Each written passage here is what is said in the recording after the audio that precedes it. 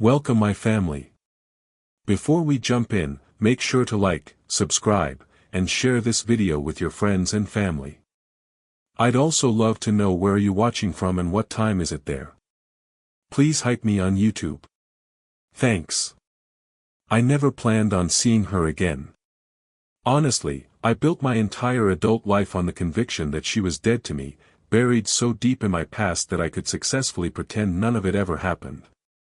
That shield of denial shattered 3 weeks ago. It was a late shift at Redwood Junction, a small-town pit off Highway 47 in northern Colorado. People here drink cheap beer, play darts, and, crucially, mind their own damn business. Most of them, anyway. Her name wasn't always Seraphine. Back then, we were just kids, and she went by Sarah, soft, like the sky or a forgotten summer breeze. Funny how time twists a word's meaning, because there is nothing soft about her now. I didn't recognize her immediately. Trauma moves in these strange, obscuring shapes. It hides the monster's true face until its breath is damn near brushing your skin. I was wiping the counter when she walked in. Tight denim jacket, messy black hair, and those deep brown eyes that didn't just look, they scanned the room, proprietary, like she already owned every shadow in the place. She moved like someone who had never tasted fear, someone who believed the world was always obliged to bend for her. And maybe, once upon a time, it did. Whiskey. Neat, she said, sliding onto the stool. Her voice hit me, a solid physical punch. Not because it was loud, but because it carried an immediate, bone-deep familiarity, an echo of a specific memory I'd spent years trying to cauterize out of my mind. I poured the drink, set it down, and forced out a neutral smile. Rough night? She shrugged. Rough life. That should have been the klaxon warning. But I wasn't ready to truly see her. Not the ghost. Not the girl who once held a knife against her own thigh and declared, "If you love me, you won't let me disappear." Not the girl I ran from. The girl I nearly lost myself trying to anchor. I grew up in a quiet part of Flagstaff, Arizona. Raised by parents who defined love as responsibility, honesty, and showing up. I lived by that. But at 16, when hormones and pure stupidity mixed into a volatile cocktail, I met Sarah. She was the inverse of everything decent. Reckless, impulsive, utterly charming, with a terrifying, untamed wildfire in her eyes.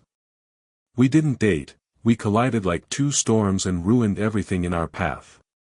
She wasn't merely toxic, she was perpetually hungry, starving for control, for validation, for someone to drown right alongside her.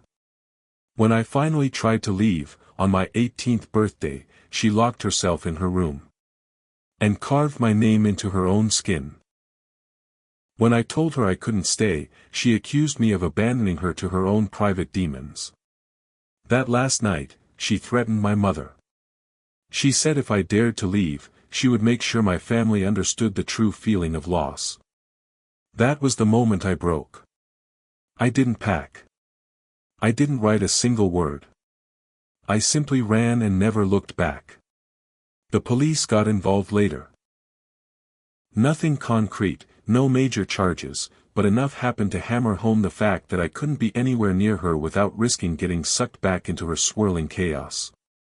So, I vanished. New town, new job, new life. 12 years of silence. 12 years of safety. Until she walked into Redwood Junction like the universe had decided to punish me for daring to feel normal again. "Thanks," she muttered, lifting the whiskey. Her hands shook, but not from fear. Sarah never trembled with fear. Only with a dark, consuming anticipation. Something had brought her here, and I had a sickening suspicion as to what. "You're not from around here," I said, trying to keep my voice flat, casual.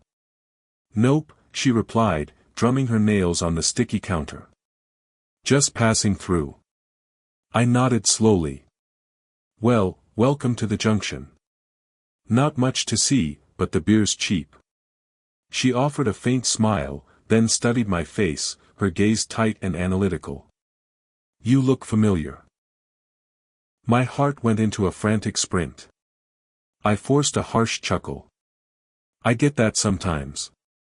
Must be one of those faces. You have one of those faces, she agreed, but the way her eyes narrowed made me feel sick. She was calculating, meticulously pulling pieces together. I backed away, wiping the far end of the bar to put a little distance between us, but she called out again. Hey! What's your name? My real name, Lysander Hawk, was far too unique for her to have forgotten. Ben, I lied easily. Benjamin Hart. She repeated it slowly, tasting the sound. Ben. Then, softly, you sound like him. Lysander, my old boyfriend. I froze, wiping stopped mid-motion. She hadn't said it with hatred.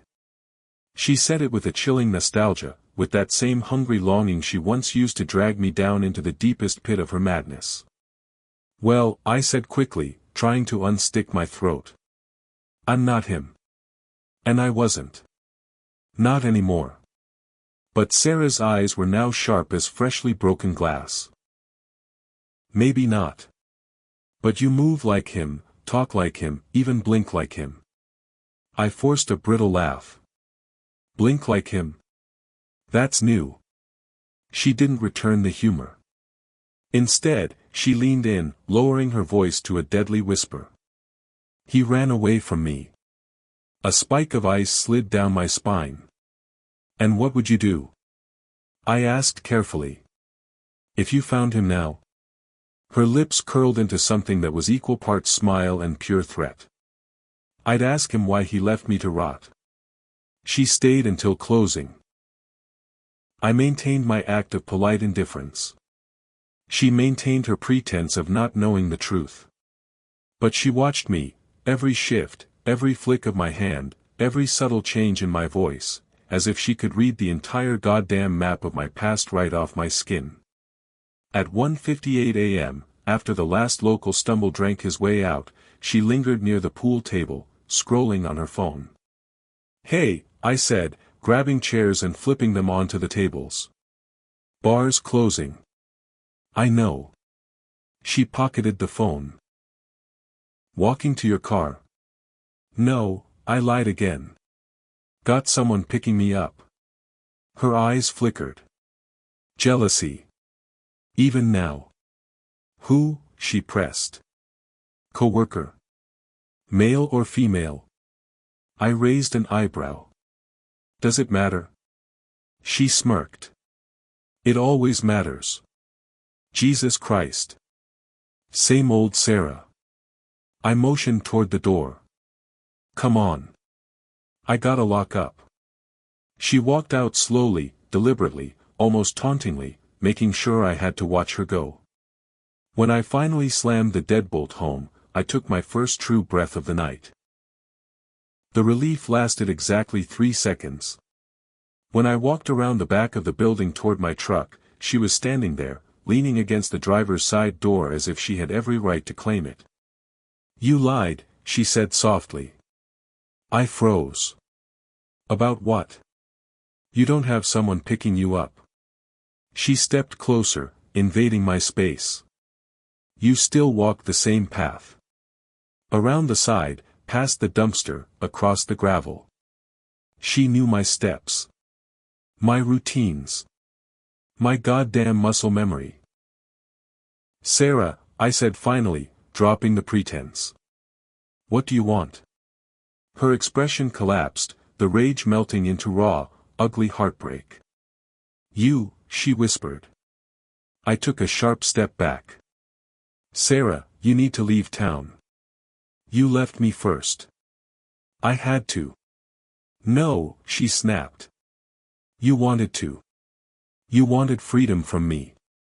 You wanted a life that wasn't choked by my breath. Sarah, say my name again. It wasn't a request, it was a desperate command. I clenched my jaw. Please, this isn't healthy. It never was, she hissed, stepping closer until her breath ghosted my neck. But it was real. You know damn well it was real. I tried to move past her, but she blocked the way, pressing her palm flat against my chest. Lysander, she whispered.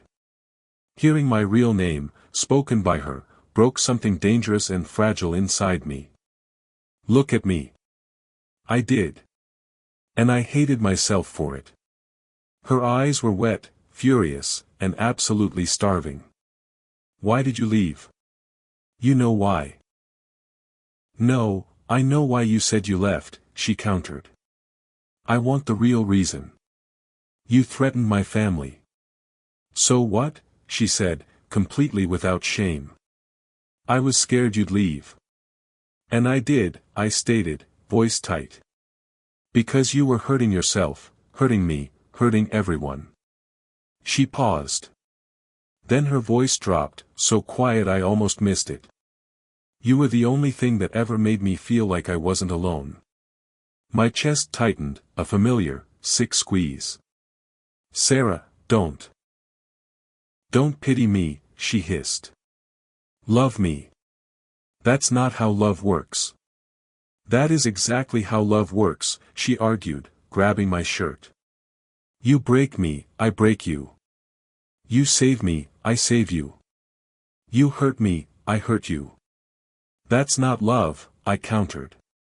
That's obsession. It's all I have. She pulled something from her jacket pocket. A bracelet. A thin silver chain with a tiny crescent moon charm, the one I gave her when we were 17, the one she swore she'd never take off. She placed it in my hand. You kept it, I whispered. I never stopped loving you, she murmured. Not for a single day. That's not love, Sarah. It is for me. Before I could react, she launched herself at me, kissing me with a violent desperation that tasted of whiskey, tears, and years of festering madness. I shoved her back hard. Stop. Why? She screamed, suddenly enraged. Because you're scared you still want me? I don't. You're lying. Sarah, I'm not that boy anymore. And I'm not that girl, she screamed back. I'm worse. There it was. The absolute truth. She lunged again and I snatched her wrists, pinning them away from my body. She fought like hell, her breathing ragged, her eyes wide and animalistic. Let me go, she yelled. You need help. I need you. No. Her face twisted, anger flooding her features, sharp and lethal.